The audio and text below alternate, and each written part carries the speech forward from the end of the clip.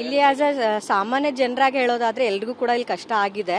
ಇಲ್ಲಿ ಜನಸಾಮಾನ್ಯರಿಗೆ ಹೆಚ್ಚು ಏನಿಲ್ಲಿ ತೊಂದರೆ ಆಗ್ತಿರೋದಂದ್ರೆ ಬಸ್ಗಳನ್ನ ಉಚಿತವಾಗಿ ಮಾಡಿದ್ರು.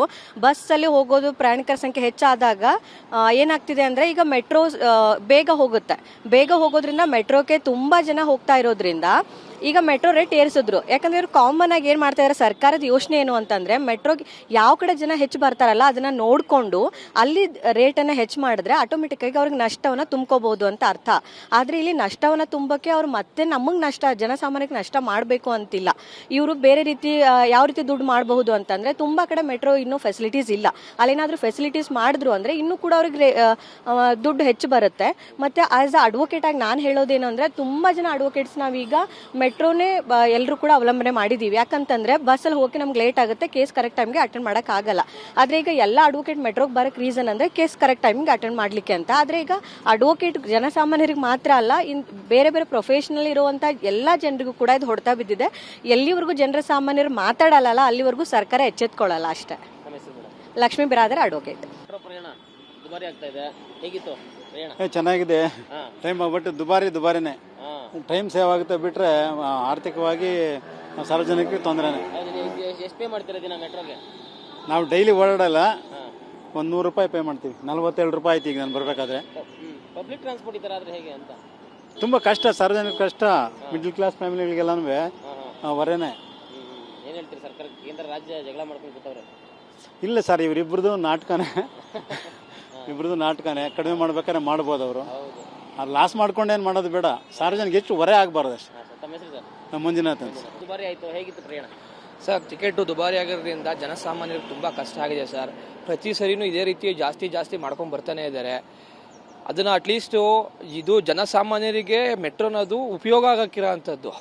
ಈ ಥರ ದುಬಾರಿ ಮಾಡಿದ್ರೆ ಸರ್ ಜನಸಾಮಾನ್ಯ ಹೆಂಗೆ ಬದುಕಕ್ಕಾಗ್ತದೆ? ಬೆಂಗಳೂರು ಸಿಟಿ ಒಳಗಡೆ ಸರ್ಕಾರ ಯಾವುದೇ ರೀತಿಯಾದ ಮುನ್ನೆಚ್ಚರಿಕೆ ಕ್ರಮ, ಅಟ್ಲೀಸ್ಟ್ ಈಗ ನಾವು ಈ ಥರ ಮಾಡ್ತಾ ಇದ್ದೀವಿ, ಜನಗಳ ಅಭಿಪ್ರಾಯ ತಗೊಂಡು ಮಾಡಬೇಕಾಗಂಥದ್ದು.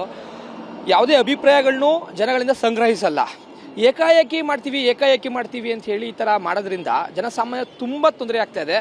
ಮತ್ತು ಜನಗಳಿಗಿನ ಮೆಟ್ರೋನ ತುಂಬ ಫಸ್ಟ್ ಎಲ್ಲ ಹೇಳಿದ್ರು ಮಾಲಿನ್ಯ ಆಗ್ತದೆ, ಗಾಡಿಗಳನ್ನ ಯೂಸ್ ಮಾಡಬಾರ್ದು, ಇದಕ್ಕೆ ಮಾಡಿ ಸಮಾಜಕ್ಕೆ ಒಳ್ಳೇದಾಗ್ತದೆ, ಗಾಡಿಗಳನ್ನ ನೀವು 2 ವೀಲರ್ ಯೂಸ್ ಮಾಡೋದಂಥದ್ದು 4 ವೀಲರ್ನ ಇದು ಮಾಡೋಂಥ ಅವಾಯ್ಡ್ ಮಾಡಿ ಟ್ರಾಫಿಕ್ ಕಮ್ಮಿ ಆಗ್ತದೆ ಅಂತ ಮೆಟ್ರೋನ ಮಾಡಿದ್ರು. ಮೆಟ್ರೋನ ದಿನನಿತ್ಯ ಈ ಥರ ಜಾಸ್ತಿ ಮಾಡೋದ್ರಿಂದ ಜನಸಾಮಾನ್ಯ ತುಂಬ ತೊಂದರೆ ಆಗ್ತಿದೆ. ಮತ್ತು ಇವತ್ತಿನ ರೇಟ್ಗಳು ನೋಡ್ಬೋದು ನೀವು. ಕಾಮನ್ ಪೀಪಲ್ಗಳಿಗೆ, ಈ ಮಿಡಲ್ ಕ್ಲಾಸ್ ಪೀಪಲ್ಗಳಿಗೆ ಏನಾಗ್ತದೆ ಅಂತ ಹೇಳಿದ್ರೆ, ಈ ಕಾಂಗ್ರೆಸ್ ಗೌರ್ಮೆಂಟು ಎಲ್ಲ ರೇಟ್ಸು ದುಬಾರಿ ಮಾಡೋದ್ರಿಂದ ತುಂಬ ಕಷ್ಟ ಆಗ್ತದೆ. ಹಾಗಾಗಿ ದಯಮಾಡಿ ಈ ಮೀಡಿಯಾ ಮೂಲಕ ಏನು ಹೇಳ್ತೀನಿ ಅಂತ ಹೇಳಿದ್ರೆ, ಈ ಮೀಡಿಯಾ ಪೀಪಲ್, ಮಾಧ್ಯಮದವರು ಇದನ್ನು ತುಂಬ ಕಟ್ಟುನಿಟ್ಟಾಗಿ ಗೌರ್ಮೆಂಟ್ನ ಪ್ರಶ್ನೆ ಮಾಡಬೇಕು. ಹಾಗಾಗಿ ಮೆಟ್ರೋನ ಏನು ರೇಟ್ ಇದೆ, ಆಲ್ರೆಡಿ ನಾವೀಗ ಮೊದಲು 50 ರೂಪೀಸ್ ಇಡ್ತಾ ಇದ್ವಿ ಡೆಪಾಸಿಟ್, ಈ 50 ರೂಪೀಸ್ ಅಂತ ಎಕ್ಸ್ಟ್ರಾ ತೊಗೊಂಡಿದ್ದಾರೆ. ಅಲ್ಲೂ ಡೆಪಾಸಿಟ್ ಇದೆ. ಇದು ಸೆಸ್ಸಲ್ಲಾಗಿರೋ ಅಂಥದ್ದು, ಜನರಿಗೆ ಅನುಕೂಲ ಆಗಬೇಕು. ಇದು 20 ವರ್ಷದಿಂದನೇ ಸಂಗ್ರಹಣ ಮಾಡಿ ಈ ಮೆಟ್ರೋನ ಇದು ಮಾಡಿರೋಂಥದ್ದು. ಶರತ್ ಅಂತ ಹೇಳಿ, ನನ್ನ ಅಡ್ವೊಕೇಟ್ ನಾನು. ಇಲ್ಲ, ಸ್ವಲ್ಪ ಜನರಿಗೆ ಆರ್ಡಿನರಿ ಪಬ್ಲಿಕ್ ಪೀಪಲ್ಗೆ ಸ್ವಲ್ಪ ಜಾಸ್ತಿ ಆಗಿದೆ. ನಾವು ಅತಿಗುಪ್ಪೆಯಿಂದ ಇಲ್ಲಿ ಸಿವಿಲ್ ಕೋರ್ಟ್. ಟಿಕೆಟು 22 ಇರಬೇಕು.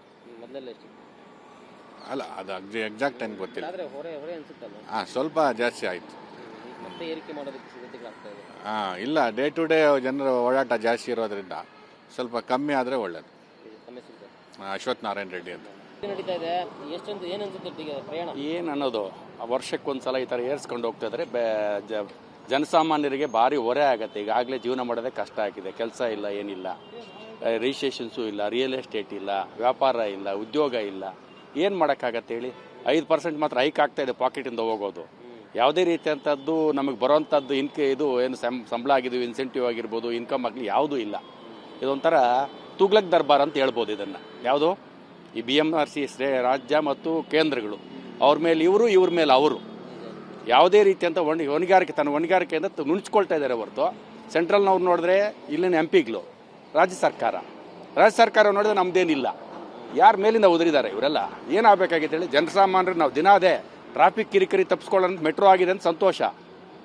ಏನು ಒಂಥರ ಜನರಿಗೆ ಉಸಿರಾಡೋಕ್ಕೆ ಬಿಡದೆ ಅಂತಕ್ಕಂಥ ಒಂದು ದನ ಈ ಆಕಾಶಕ್ಕೆ ಏರಿಸ್ಕೊಂಡು ಹೋಗ್ತಾ ಇದ್ದಾರೆ. ಜನಸಾಮಾನ್ಯರಿಗಂತೂ ಇದು ಬರೆ ಹೇಳ್ದಂಗೆ ಯಾವುದೇ ರೀತಿಯಂಥದ್ದು ಅವರು ಪಬ್ಲಿಕ್ ಏನು ಸಾಮಾನ್ಯರ ಬಗ್ಗೆ ಕಾಳಜಿನೇ ಇಲ್ಲವೇ ಇಲ್ಲ. ಹೌದು, ಇದು ಒಂಥರ ಏನಾಗಿದೆ ಅಂದರೆ ಮನಿ ಮಿಂಟಿಂಗ್ ಇದ್ದಂಗೆ. ಅವ್ರಿಗೆ ಬೇಕು ಸರ್ಕಾರ ರನ್ ಮಾಡ್ಕೊಂಡು ಲ್ಯಾವಿಶ್ ಲೈಫ್ ಲೀಡ್ ಮಾಡೋಕ್ಕೆ ಅವ್ರಿಗೆ ಅಷ್ಟೇ ದುಡ್ಡು ಬೇಕೇ ಹೊರತು ಜನಸಾಮಾನ್ಯರ ಕಷ್ಟ ಸುಖದ ಬಗ್ಗೆ ಅವ್ರಿಗೆ ಯಾವುದೇ ರೀತಿಯಿಂದ ವ್ಯವಧಾನ ಇಲ್ಲ ಅಂತ ನಾವು ಹೇಳ್ತೀವಿ ಸರ್.